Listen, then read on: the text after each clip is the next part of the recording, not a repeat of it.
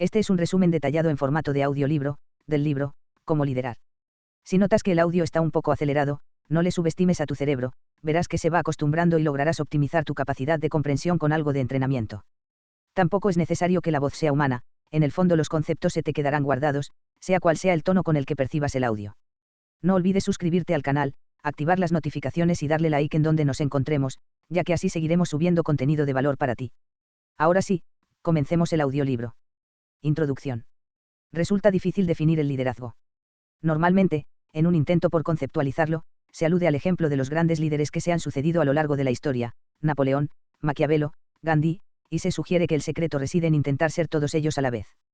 Sin embargo, esos modelos nos parecen inalcanzables por su altura. Además, el camino hacia el auténtico liderazgo no pasa por intentar emular las vidas de estos grandes hombres, sino en analizar qué es lo que hace que un buen líder lo sea en la práctica.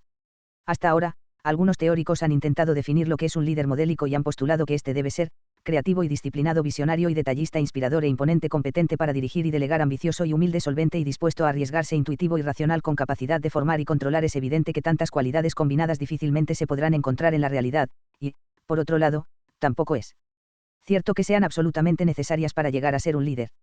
El verdadero liderazgo radica en estar a la altura de las circunstancias en cada momento, porque, de hecho, muchos de los grandes líderes lo han sido en una determinada situación y, cuando ésta cambió, dejaron de serlo. Piénsese, por ejemplo, en Churchill. Por lo tanto, hay que tratar de ser un líder eficaz, no perfecto.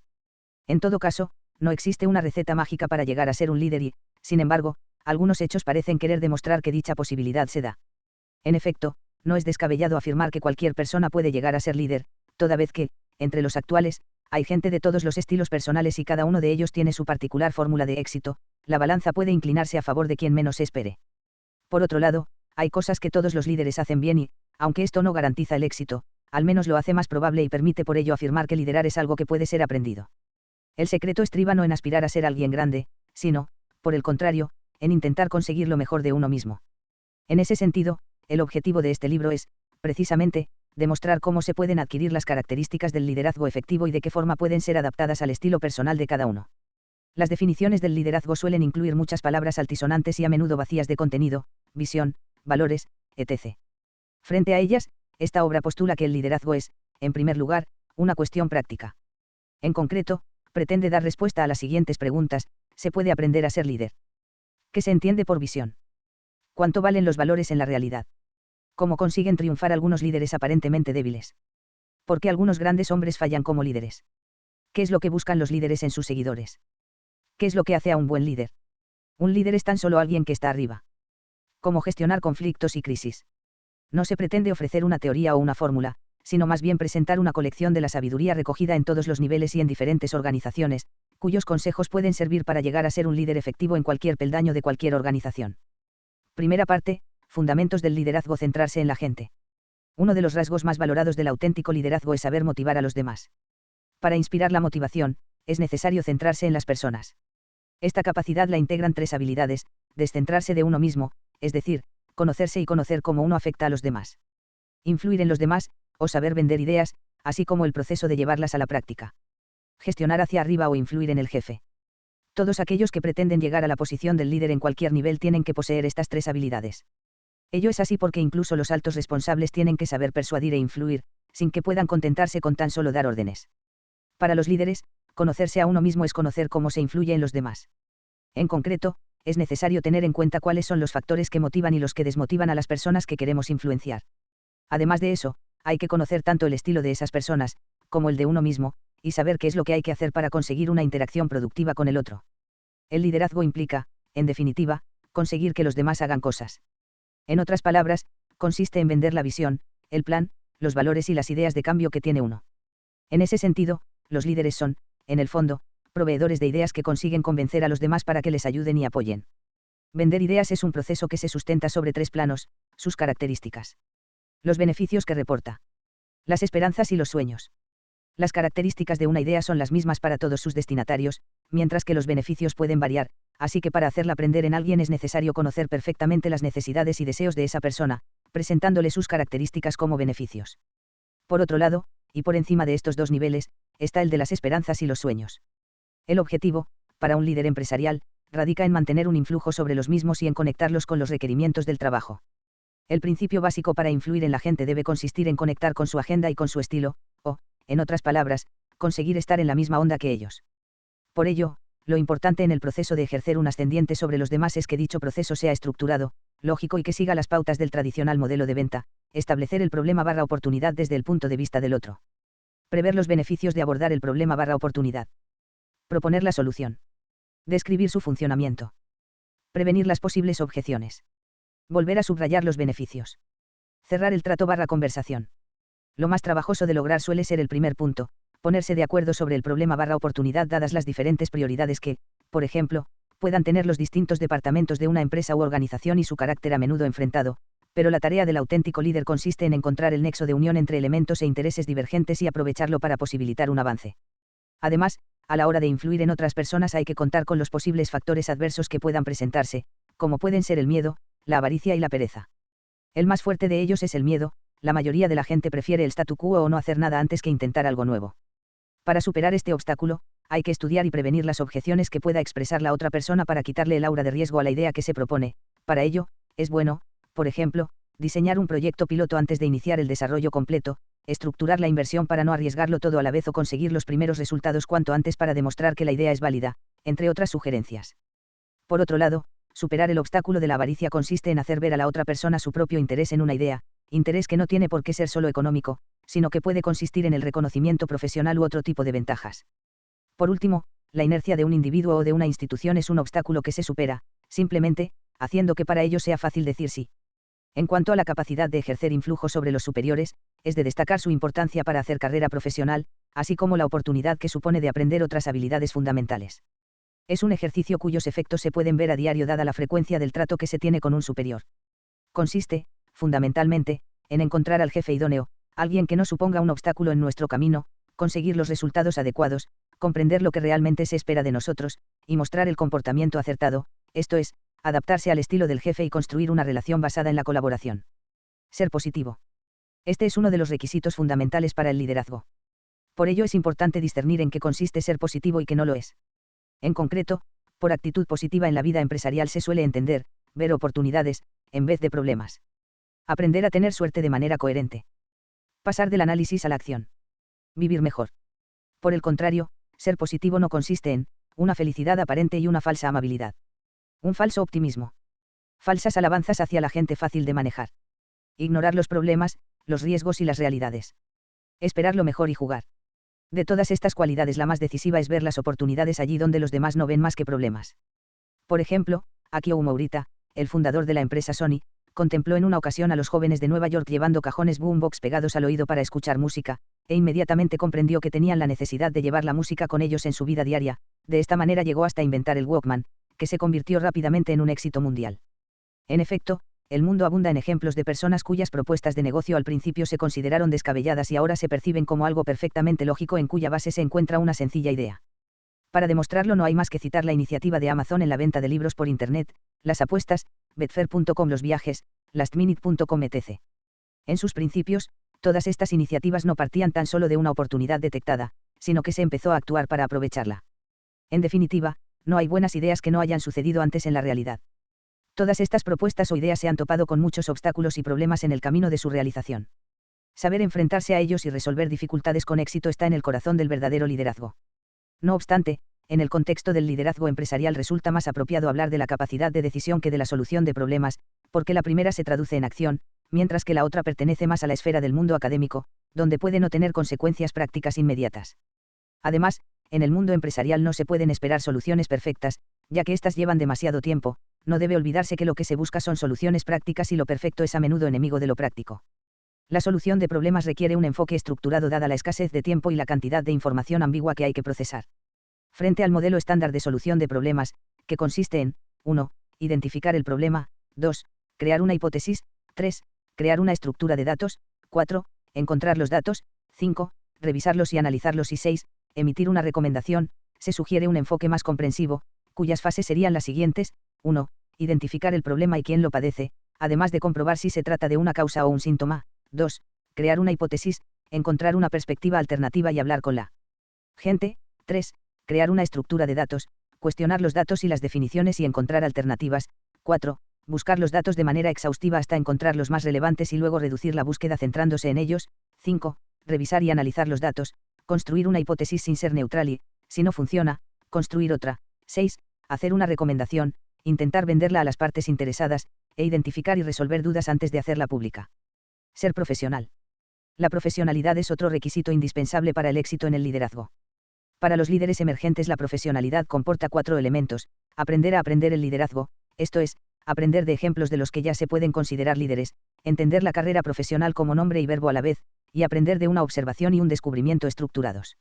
Aprender las reglas locales del juego, comprender la profesionalidad en el contexto de la organización. La mejor manera de hacerlo es guiarse por la gente a la que se considera exitosa en la empresa, es decir, a aquellos que se promueve. Asumir algunas lecciones universales de la profesionalidad: lealtad, honestidad, responsabilidad, capacidad de ofrecer soluciones y energía. Practicar la llamada etiqueta de supervivencia empresarial, o, lo que es lo mismo, comportarse de manera que las demás personas se sientan cómodas, apreciadas, respetadas e importantes. Segunda parte, la práctica del liderazgo. En el mundo del liderazgo medio no existen las certidumbres y reina la ambigüedad.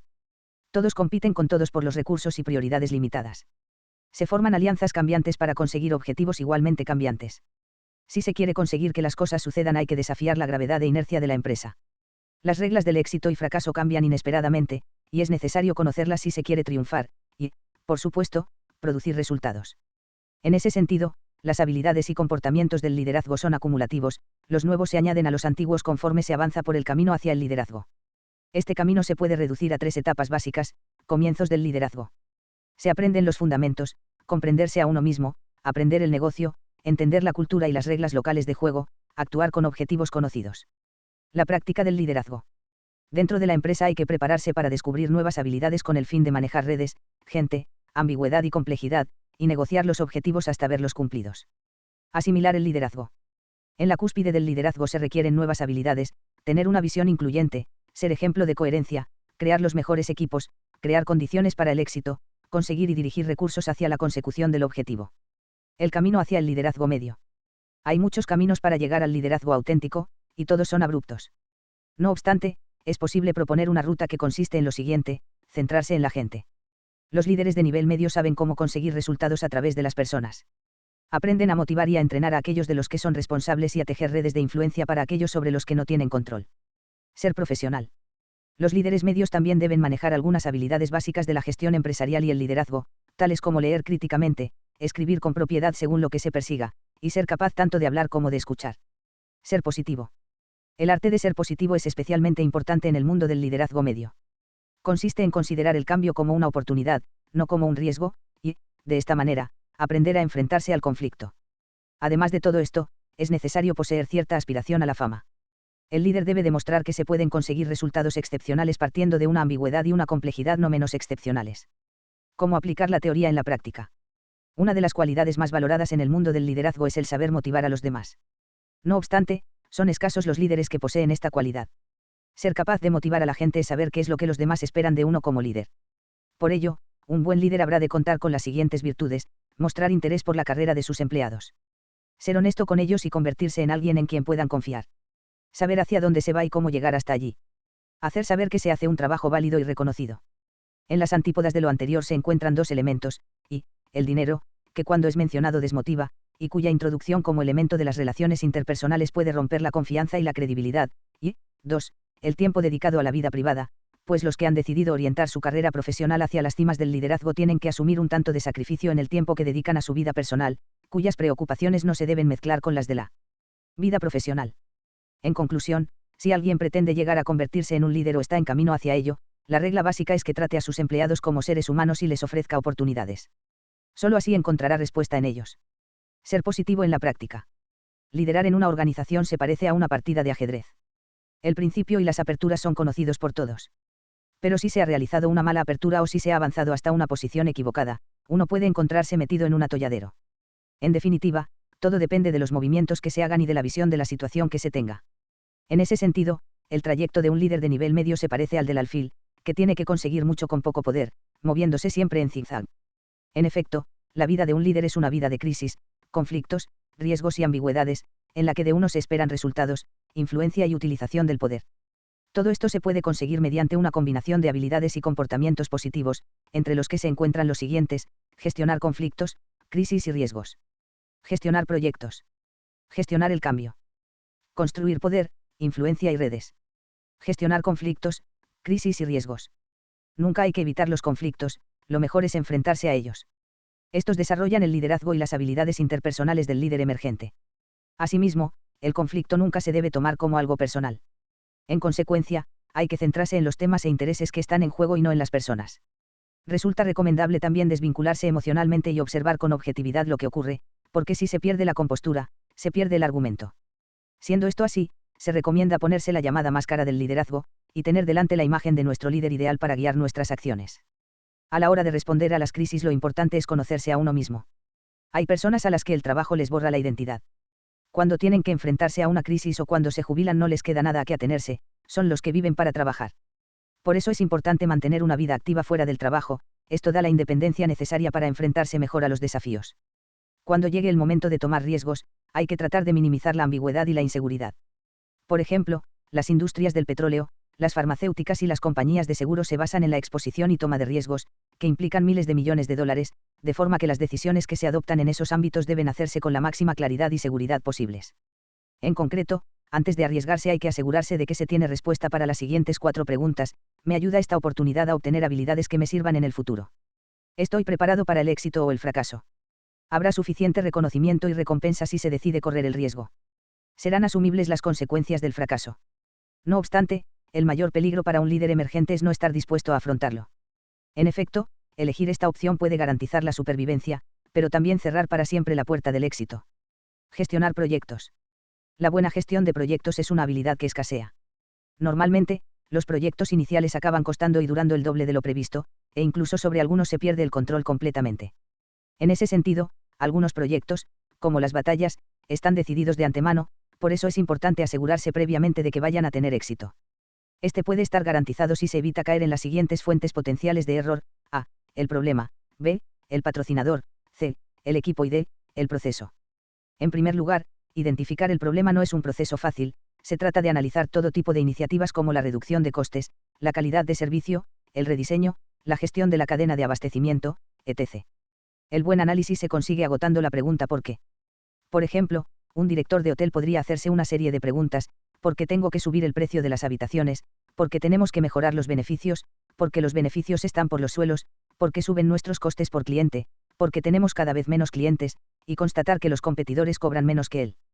El análisis llevaría al director a tomar la decisión opuesta a la que pretendió al principio: bajar el precio de las habitaciones en vez de subirlo. En segundo lugar, asegurarse un buen patrocinador es una pieza del éxito, porque éste, a su vez, puede llegar a considerarlo en clave de su propio éxito personal. También el patrocinador suele tener el poder e influencia necesarios para superar los obstáculos políticos o legales que surjan ante el proyecto. Por otro lado, para percatarse de la importancia de un proyecto ayuda a saber a qué equipo ha sido confiado, esto es, si se trata de uno de primera o de segunda categoría. Determinar esta cuestión al principio ofrece suficiente margen de tiempo para renunciar si se ha descubierto que el equipo es de segunda y, por lo tanto, la prioridad del proyecto también. Por último, el proceso adecuado para la gestión de un proyecto podría lograrse atendiendo 3 recomendaciones: 1. Empezar por el final y trabajar hacia atrás; 2. Prever el mínimo número de pasos requeridos para llegar al final deseado; y 3. Crear un proceso de gestión efectivo, garantizando objetivos y un proceso de toma de decisiones claro. Gestionar el cambio. El elemento del cambio es uno de los más temidos para mucha gente, dado que implica inseguridad y riesgo. Cuanto menos control se tiene sobre el cambio, más desconfianza genera. No obstante, existen herramientas que permiten optimizar las posibilidades de éxito cuando hay que enfrentarse al cambio. Son, básicamente, 3. Orientar el cambio hacia el éxito. Gestionar el proceso del cambio. Gestionar la red del cambio. Se podría incluso proponer una fórmula matemática, consagrada por la experiencia, del éxito o el fracaso frente al cambio: V más N más C más P es mayor o igual que R. En dicha fórmula, sus elementos vendrían representados de la siguiente manera: V igual a visión. Tenerla es asegurarse de que el objetivo es bueno y ofrece lugar en él a los que participan. Su significado debe ir más allá de los meros beneficios. N igual a necesidad. Debe existir una necesidad percibida de cambio. El riesgo de no hacer nada debe superar al riesgo de hacer algo. C igual a capacidad de cambio. Es inútil tener la visión y la necesidad si una empresa no cuenta con habilidades o recursos para la transformación. El personal necesita estar seguro de que el camino emprendido se puede recorrer con éxito. P igual a primeros pasos. Hay que saber que es determinante apoyar al ganador. Un líder astuto es consciente de ello y buscará conseguir algunos resultados tempranos para silenciar a los opositores. R igual a riesgos y costes del cambio para la empresa. Normalmente, se pueden afrontar de manera racional. El papel del líder a la hora de conducir el cambio consiste en desmitificar la amenaza que se percibe en el mismo, estructurando inversiones para minimizar la exposición al riesgo, ensayando ideas, realizando prototipos, etc. De esta manera, frente al factor MID, integrado por el miedo, la inseguridad y la duda, el líder conseguiría alinear la visión del cambio con la visión y expectativas personales de los demás, acentuar el peligro de no hacer nada frente al de hacer algo y lograr en los demás la sensación de estar implicados en el cambio y en el control del mismo. Construir poder, influencia y redes. El líder de nivel medio tiene más responsabilidad que autoridad y solo puede conseguir resultados a través de influencias, alianzas y redes. La capacidad de conseguirlo diferencia a los verdaderos líderes de los meros gestores, que se mueven exclusivamente en su esfera de autoridad. Construir una red de influencias y alianzas conlleva tiempo y dedicación. Cada alianza con un individuo que nos resulte necesario se basa en un contrato psicológico diferente, que se podría expresar mediante una ecuación de confianza, fácil de formular y difícil de cumplir, C igual a, IXC, barra RC igual a confianza. Cuanta más exista, mayor es el grado de influencia mutua. Y igual a intimidad. En este contexto significa poseer los mismos valores y compartir los mismos objetivos e intereses. La intimidad entendida así se obtiene pasando tiempo con la gente y escuchándola. Cuanto más tiempo se dedica a la escucha activa, mejor se comprende a las personas y más aprecio se obtiene. C igual a credibilidad. Esto significa ser capaz de cumplir lo que se promete. Cada vez que cumplimos algo que resulta de interés para otro individuo, aumenta nuestra reserva personal, que podremos intercambiar por el favor de otra persona. R igual a riesgo. Cuanto más importante sea un cometido, mayor confianza debe existir. Hay que demostrar que somos personas de fiar en tareas cada vez más arriesgadas y desafiantes. Conclusión: al final del camino del liderazgo se encuentra el rendimiento, que puede significar cosas diferentes según los distintos niveles de la empresa. En ese sentido, el rendimiento con un objetivo asignado no es suficiente para considerar a alguien un buen líder, puesto que la excelencia técnica no garantiza la excelencia del liderazgo. El buen rendimiento y el buen liderazgo tienen que ser inseparables. A pesar de que resulta difícil definir lo que es un buen rendimiento en cada caso, se debe intentar extraer simplicidad y claridad de donde reinan la confusión y la inseguridad, o, en otras palabras, lograr objetivos de rendimiento simples que todos puedan comprender y seguir. Según esto, el liderazgo no es un objetivo lejano, alcanzable solo para una especie selecta de humanos que controlan nuestros destinos. Para ser líder no es necesario gobernar el mundo o una multinacional. Podemos ser líderes en nuestro equipo de proyecto, en un departamento o en una expedición. Incluso podemos empezar a desarrollar nuestras capacidades de liderazgo desde el primer día de trabajo. El camino hacia el liderazgo no tiene por qué sufrir las arbitrariedades del azar. Aunque sea cierto que muchas veces no se puede dar marcha atrás en la dirección elegida, hay que saber que existe una serie de habilidades y comportamientos que los líderes tienden a poseer. Estas habilidades y comportamientos se pueden aprender, y, aunque no garantizan transformarse en un líder, pueden ayudar notablemente para que ello se produzca algún día. Los líderes pueden existir en cualquier nivel de una empresa. No hace falta esperar puestos de superioridad para demostrar la capacidad de liderazgo que uno tiene. Esta se puede demostrar desde el principio. En definitiva, para tener éxito como líder hay que empezar por intentar dar lo mejor de uno mismo.